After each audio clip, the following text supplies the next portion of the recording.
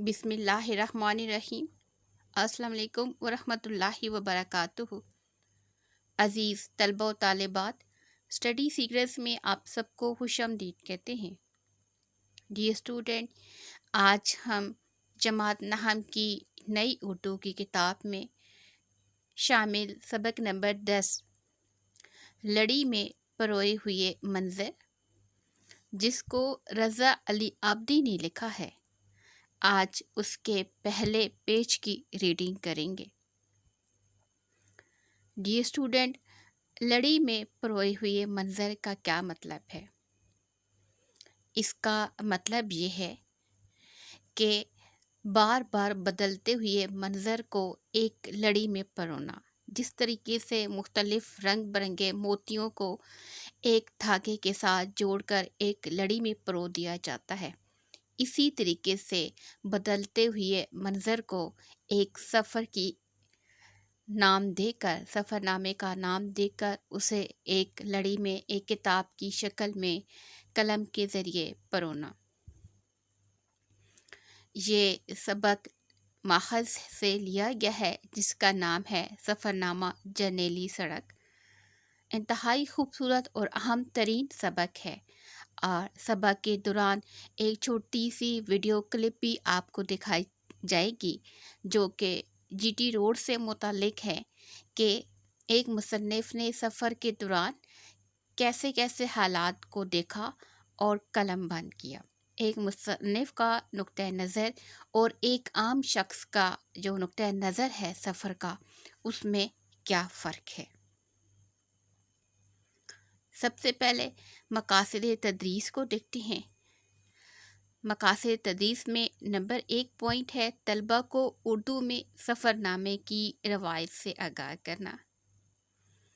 سفر نامہ کیا ہے؟ یہ ایک شخص کے ذاتی تجربات، مشاہدات یا خیالات و تصورات کی ایک کہانی ہوتی ہے۔ ایک شخص جو ہے وہ کہیں سفر کرتا ہے اور سفر کے دوران راستے میں آنے والے مختلف چیزوں کو، واقعات یا مقامات کو دیکھتا ہے، ان کے بارے میں دلچسپ معلومات لوگوں سے سنتا ہے یا پھر خود جو ہے وہ تلاش کرتا ہے، اور ان واقعات کو یا ان مقامات کو وہ ایک کہانی کی شکل میں لکھتا ہے، اور ان لوگوں کے لیے یہ معلومات کا خزانہ ہے جو لوگ ان جگہوں کا سفر نہیں کر سکتے، تو وہ انہیں پڑھ کر اس جگہ کی تمام معلومات سے واقفیت حاصل کر لیتے ہیں۔ سفر جو ہے یہ نہ صرف ایک تفریح کا ذریعہ ہوتا ہے بلکہ معلومات کا بھی ذریعہ بن جاتا ہے۔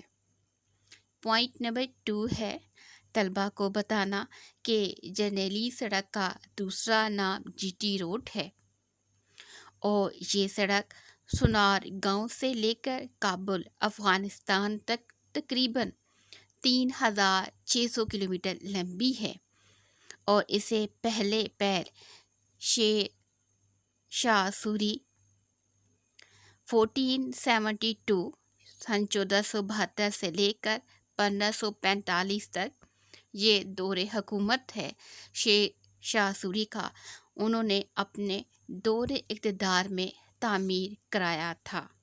ڈیئر اسٹوڈنٹ، آپ کے سامنے شیر شاہ سوری کی تصویر دکھائی جا رہی ہے تاکہ آپ لوگوں کو تھوڑا سا اندازہ ہو سکے کہ شیر شاہ سوری کون ہیں۔ ان کا اصل نام فرید خان تھا۔ انہوں نے مغل شہنشاہ ہمایوں کو شکست دے کر ہندوستان میں اپنی حکومت قائم کی۔ یہ وہ پہلے واحد حکمران ہیں جنہوں نے عوامی فلاح و بہبود کی طرف اپنی بھرپور توجہ دی اور ایسے ایسے کارنامے سر انجام دیے جو تاریخ میں سنہری حروف میں لکھے جانے کے قابل ہیں۔ دنیا کے تقریباً 27 مورخین نے ان کے بارے میں اپنے خیالات کا اظہار کیا ہے۔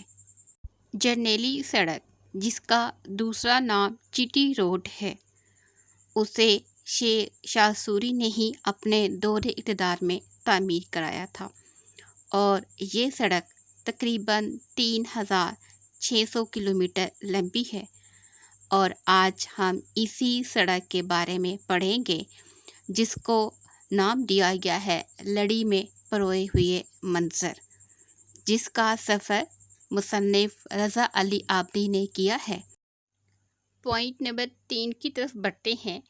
رضا علی عابدی کے حوالے سے طلبہ کی معلومات میں اضافہ کرنا کہ لڑی میں پروئے ہوئے منظر میں متذکرہ باتیں سنی سنائی باتیں نہیں ہیں۔ متذکرہ باتیں سے مراد جن باتوں کا سبق کے اندر ذکر کیا جائے گا وہ سنی سنائی نہیں ہوں گی، بلکہ یہ تمام باتیں مصنف کی دریافت ہیں، یعنی مصنف کی اپنی ذاتی ہیں، ان کے تجربات مشاہدات پر مبنی ہیں۔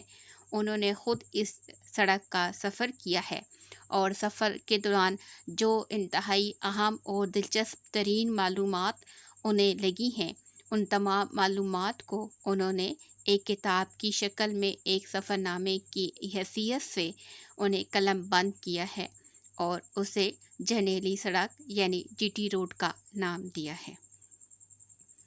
پوائنٹ نمبر 4 ہے طلبہ کو متشابہ الفاظ اور رموز اوقاف، ندائیہ، فجائیہ، واوین، کوسین اور خط کے استعمال سے آگاہ کرنا۔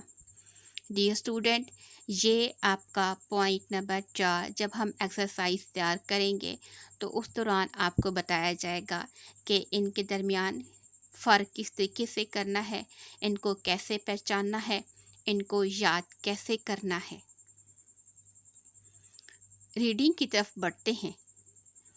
عجیب سڑک ہے یہ جرنیلی سڑک بھی۔ اب مصنف جو ہیں وہ سڑک پر کا سفر کر رہے ہیں تو بتا رہے ہیں عجیب سڑک ہے یہ جرنیلی سڑک بھی۔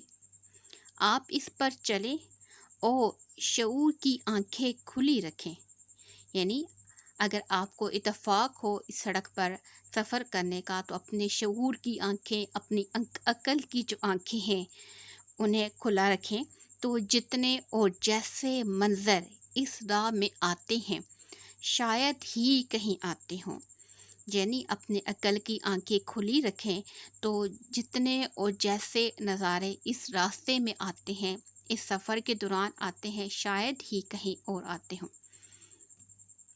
آپ چلتے جاتے ہیں اور ایک نہایت آباد سرزمین کی معاشرت، معیشت اور تاریخ آپ کے ہمراہ چلتی ہے، یعنی جب آپ اس سڑک پر چلتے جاتے ہیں، سفر کرتے جاتے ہیں تو ایک آباد سرزمین آتی ہے جہاں پر لوگوں کی آبادیاں ہیں، ان کی رہائش ہے، ان کی معاشرت، ان کی معیشت، ان کا رہن سہن، ان کا لائف سٹائل، وہ سب آپ کے ساتھ ساتھ چلتا ہے۔ جیسے جیسے گاڑی چلتی جاتی ہے تو وہ آباد سرزمین جو ہے اس کی معاشرت اور معیشت وہ بھی آپ کے ساتھ ساتھ سفر کرتی ہے۔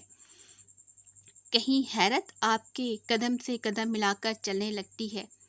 حیرت سے مراد کسی جگہ پر آپ کو ایسے نظارے دیکھنے کو ملتے ہیں کہ آپ حیران اور پریشان ہو جاتے ہیں، اور کہیں پر عبرت سے مراد نصیحت یا سبق آموز واقعات، تو کہیں پر آپ کو حیرانگی کا سامنا کرنا پڑتا ہے، تو کہیں پر ایسے واقعات یا ایسے مقامات آپ کے سامنے آتے ہیں کہ آپ پریشان ہو جاتے ہیں، یا آپ ان واقعات یا مقامات سے کچھ نہ کچھ سبق جو ہے وہ اخذ کرتے ہیں، یعنی کہ وہ ایسی جگہ ہوتی ہیں۔ منظر بدلتے جاتے ہیں مگر وہ لڑی نہیں بدلتی، یعنی آپ سڑک پر سفر کر رہے ہیں تو سفر کے دوران جو ہے وہ منظر بدلتے جاتے ہیں، لیکن وہ لڑی نہیں بدلتی جس میں وہ سارے کے سارے پروئے ہوتے ہیں۔ وہ لڑی کیا ہے؟ وہ سڑک ہے جس پر آپ سفر کر رہے ہیں، وہ نہیں بدل رہی بلکہ اس کے اوپر سے منظر بدل رہے ہیں۔ ڈیئر اسٹوڈنٹ، آپ کو یہاں پر ایک چھوٹی سی video clip G T road کے بارے میں دکھائی جا رہی ہے تاکہ آپ یہاں پر دیکھ کر بتا سکیں کہ ایک مصنف کا جو نقطہ نظر ہے اس میں اور آپ کے نقطہ نظر میں کیا فرق ہے، کیونکہ مصنف نے اس سڑک پر سفر کیا ہے اور سفر کے دوران جو انہیں اہم ترین اور دلچسپ واقعات یا مقامات معلوم ہوئی ہیں انہوں نے ان کو قلم بند کیا ہے۔ آپ بھی اکثر اسی طرح کسی نہ کسی سڑک پر سفر کرتے ہیں، تو کیا آپ کے ان خیالات کو، ان واقعات کو نوٹ کر کے آپ کیا اندازہ لگاتے ہیں آپ کی معلومات میں اور مصنف کی معلومات میں کتنا فرق ہے؟ یہ آگے سبق کی ریڈنگ کے دوران بھی ہم پڑھیں گے، لہٰذا تھوڑا سا اس لیے بتایا ہے تاکہ آپ کو آئیڈیا ہو سکے کہ ایک سڑک پر جب انسان سفر کرتا ہے تو کتنے اہم ترین جو ہے منظر بدلتے ہیں، اور یہ ہر شخص کے چیزوں کو نوٹ کرنے کا اپنا ایک الگ انداز ہے۔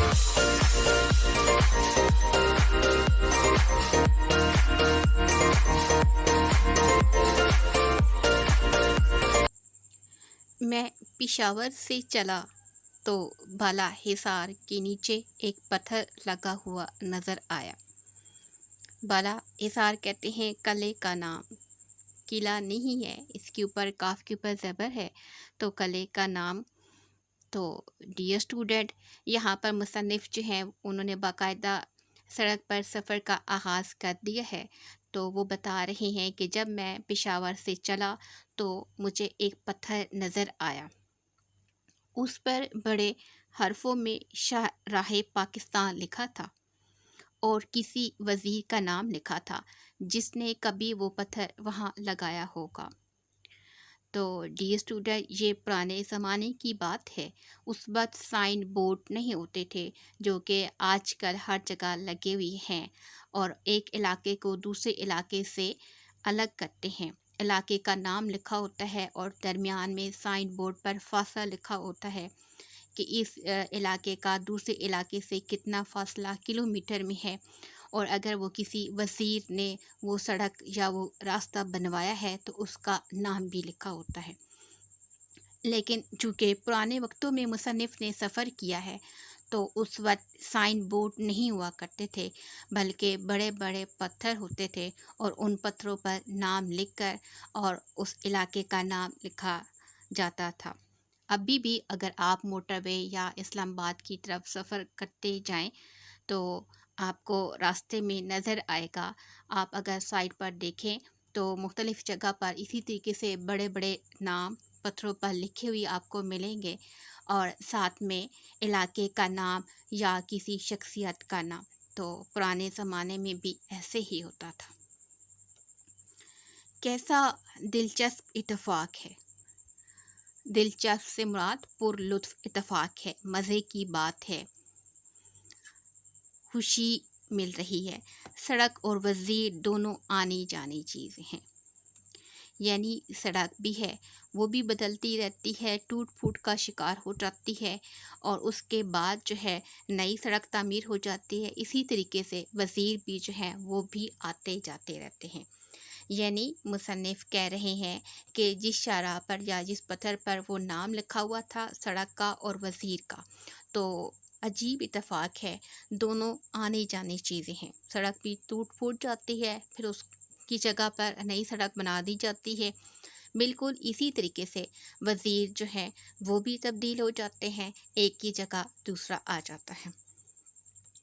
وادی پشاور اب بھی بہت سرسبز نظر آ رہی تھی، جن زمینوں کو آتے جاتے لشکروں نے بار بار روندا ہوگا۔ یعنی وادی پشاور جہاں سے مصنف سفر کر رہے ہیں کہ وہ آج بھی اتنی سرسبز نظر آ رہی ہے۔ جب کچھ ٹائم پہلے اس کو دیکھا ہوگا جب لشکروں نے، کون سے لشکر، یہاں پر آپ کو بتایا تھا کہ پوائنٹ نمبر 2 میں دیکھیں کہ شاہ سوری نے اپنے دور حکومت میں اسے تعمیر کروایا تھا، تو اس سے پہلے کے حالات جب انہوں نے مختلف جنگیں لڑیں اور اپنی ہندوستان میں حکومت بنائی تھی، تو وہاں یہ ایک تجارتی گزرگاہ تھی پشاور میں، درہ خیبر، وہاں سے بار بار جو لشکر تھے وہ گزرتے تھے، تو انہوں نے، ان لشکروں نے اس سرزمین کو بار بار روندا ہوگا، یعنی اپنے پاؤں تلے کچلا ہوگا۔ تو گھاس جو ہے وہ ہری بھری ہے، زمینوں کو آتے جاتے لشکروں نے بار بار کئی بار یعنی روندا ہوگا اپنے پاؤں تلے، اور وہ اب تک ہری بھری تھی۔ کبھی ریلوے لائن سڑک کے قریب آ جاتی تھی، کبھی بجلی کے بڑے بڑے کھمبے اور موٹے موٹے تار ساتھ ساتھ دوڑنے لگتے تھے۔ یہ وہ سڑک کے ساتھ ساتھ کے نظاروں کی بات کرتے ہیں کہ جیسے جیسے انسان گاڑی میں سفر کرتا جاتا ہے تو کبھی سامنے ریلوے لائن آ جاتی ہے تو کبھی بجلی کے بڑے بڑے کھمبے اور موٹے موٹے تار ساتھ دوڑنے لگتے تھے۔ بستیاں آتی تھیں اور گزر جاتی تھیں۔ سڑک پہ سفر کرتے ہوئے بستیاں، آبادیاں، گاؤں کے لوگ، دکانیں وغیرہ آتی تھیں اور گزر جاتی تھیں۔ رمضان کا مہینہ تھا۔ یہ مصنف اپنا ٹائم بتا رہے ہیں، وہ وقت جب انہوں نے سفر کیا۔ رمضان کا مہینہ تھا، ان کے چائے خانے بند پڑے تھے۔ چائے خانے سے مراد چائے والے ہوٹل۔ اس تمازت کے عالم میں، گرمی کی شدت میں کہیں سے اچانک دریائے کابل آ گیا۔ یہ نوشہرہ کے قریب آ جانے کی پہچان تھی۔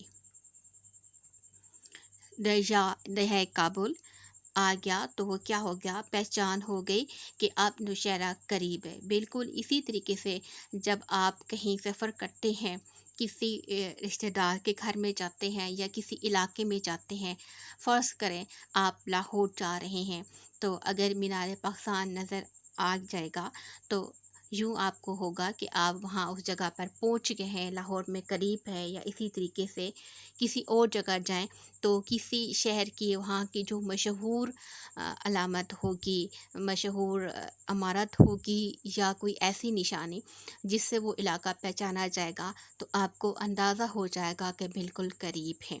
تو یہاں پر نوشہرہ کے قریب کی جو پہچان ہے وہ دریائے کابل ہے۔ یہ شہر شاید اکبر نے آباد کیا تھا۔ اکبر مغل بادشاہ کا نام ہے، شاید انہوں نے آباد کیا تھا۔ کبھی یہاں دریا کے دائیں کنارے پر نوشہرہ ہوٹ اور بائیں کنارے پر نوشہرہ کلاں۔ تو نوشہرہ ہوٹ اور نوشہرہ کلاں یہ دونوں گاؤں کے نام ہیں جو دریا کے دائیں اور بائیں جانب آباد تھے۔ شہر کیا تھا؟ نوشہرہ تھا، اور جسے مغل بادشاہ اکبر نے آباد کیا تھا دریا کے کنارے۔ دائیں طرف نوشہرہ ہوٹ علاقے کا نام ہے، گاؤں کا نام ہے، اور بائیں کنارے پر نوشہرہ کلاں۔ یہ دونوں گاؤں تھے۔ آگے انہی گاؤں کی وضاحت بھی کی گئی ہے۔ ایک سرائے بھی تھی۔ سرائے کسے کہتے ہیں؟ مسافروں کے ٹھہرنے کی جگہ، جس میں جہانگیر ٹھہرا تھا۔ ایک قلعہ بھی تھا۔ اب یہاں پر قلعہ ہے تو اس کے اوپر زبر لگائی گئی ہے تاکہ آپ کے تلفظ کی جو ادائیگی ہے وہ بھی ٹھیک ہو سکے۔ ایک قلعہ بھی تھا، مگر تمام سرائے اور قلعے گزرتے قافلوں کی گرد میں مل کر خود بھی گرد ہو جایا کرتے ہیں۔ یعنی وہ جو قلعہ اور سرائیں بنائی گئی تھی راستے میں، جب قافلے وہاں سے گزرتے تھے تو قافلوں کی مٹی اور گرد دھول سے وہ جو گرد اور دھول تھی وہ اڑ کر ان ہوٹلوں پر، ان سرائے پر بھی پڑتی تھی اور وہ بھی گرد ہو جایا کرتے تھے۔ اب ہم دریا دریا چل رہے تھے۔ مصنف سفر کر رہے ہیں اور وہ بتا رہے ہیں کہ اب دریا کا سفر شروع ہو گیا ہے سڑک کے ساتھ ساتھ، تو اب ہم دریا دریا چل رہے تھے۔ جہاں تک نگاہ جاتی تھی وہاں تک زمین تھی، اس کے آگے بھی زمین تھی، اور ان ہی زمینوں میں وہ چھوٹا سا گاؤں لاہور آج بھی آباد تھا، جس میں سنسکرت قواعد کا سب سے بڑا عالم پانینی پیدا ہوا تھا۔ سنسکرت کہتے ہیں زبان کو، جیسے اردو زبان ہے، انگریزی زبان ہے، پنجابی ہے، سندھی ہے، اسی طریقے سے سنسکرت زبان بھی ہے، اور اس زبان کے قواعد جیسے اردو کے قواعد ہیں، گرامر ہے، کلمہ، محمل، اسم، فعل، اس طریقے سے قواعد۔ تو سنسکرت قواعد کا سب سے بڑا عالم جو اس کو جاننے والا تھا جس کے پاس بہت زیادہ معلومات تھیں یا ماہر تھیں، پانینی پیدا ہوا تھا۔